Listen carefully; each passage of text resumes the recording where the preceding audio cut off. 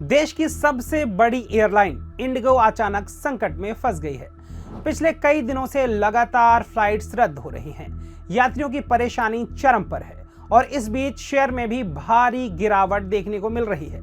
लेकिन क्या ये डर निवेशकों के लिए शेयर को खरीदने का मौका साबित हो सकता है? नमस्कार, मैं देवव्रत वाजपेयी। मार्केट शाला में आज हम समझेंगे इंडिगो का ये बड़ा संकट क्या है और इसमें शेयरधारकों को आगे क्या करना चाहिए।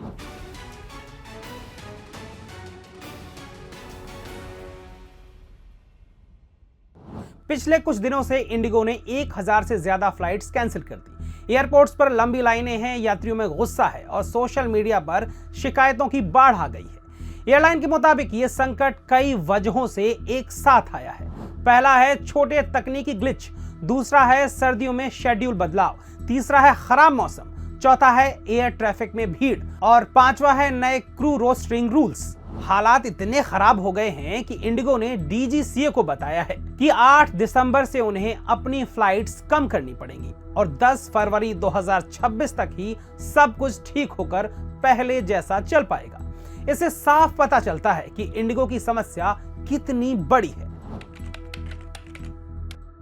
जैसे जैसे फ्लाइटें रद्द हुई, इंडिगो का शेयर भी नीचे फिसलता गया।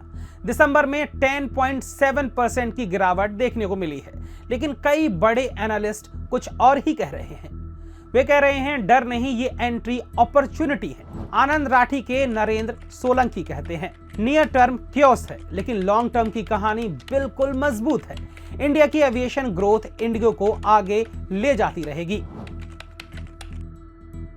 इंडिगो को लंबी अवधि में मजबूत बनाने वाले कारण हैं। पहला है लो कॉस्ट डिसिप्लिन्ड मॉडल, दूसरा है भारत के मार्केट पर सबसे बड़ा दबदबा, तीसरा है लगातार फ्लीट एक्सपेंशन, चौथा है मजबूत बैलेंस शीट और पांचवा है एविएशन सेक्टर की तेज ग्रोथ। ब्रोकरेज हाउस इंडिगो पर 7,000 रुपए के टारगेट के साथ बाय रेटिंग बरकरार रखे हुए हैं। एनालिस्ट का कहना है कि अगर निवेशक पहले महंगे भाव में फंस गए हैं तो ये गिरावट औसत खरीद मूल्य यानी एवरेज कॉस्ट कम करने का मौका दे सकती है।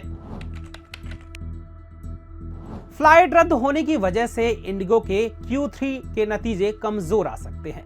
इसके साथ ही फ्यूल के अलावा बाकी खर्च भी बढ़ेंगे। नए पायलट और क्रू रखने पर भी ज्यादा पैसा खर्च करना पड़ेगा और जब तक फ्लाइट ऑपरेशन पूरी तरह नॉर्मल नहीं हो जाते, कंपनी पर दबाव बना रहेगा। मॉर्गन स्टैनली ने फाइनेंशियल ईयर 26 से 28 के एप्टिडा अनुमान 1 से 4% तक घटा दिए हैं और ईपीएस में 20% की कटौती की है।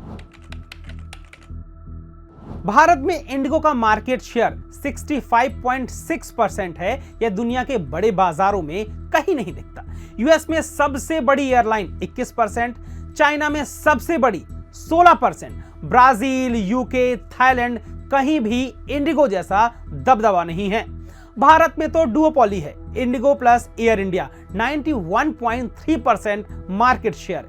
यह ताकत भी है और रेगुलेटरी रिस्क भी। शॉर्ट टर्म में बात करें तो शेयर में उतार चढ़ाव बना रहेगा। फ्लाइट कैंसिलेशन का असर कंपनी की कमाई पर दिखेगा। लॉन्ग टर्म की बात करें तो भारत की हवाई यात्रा तेजी से बढ़ रही है। इंडिगो की पकड़ मार्केट में सबसे मजबूत है।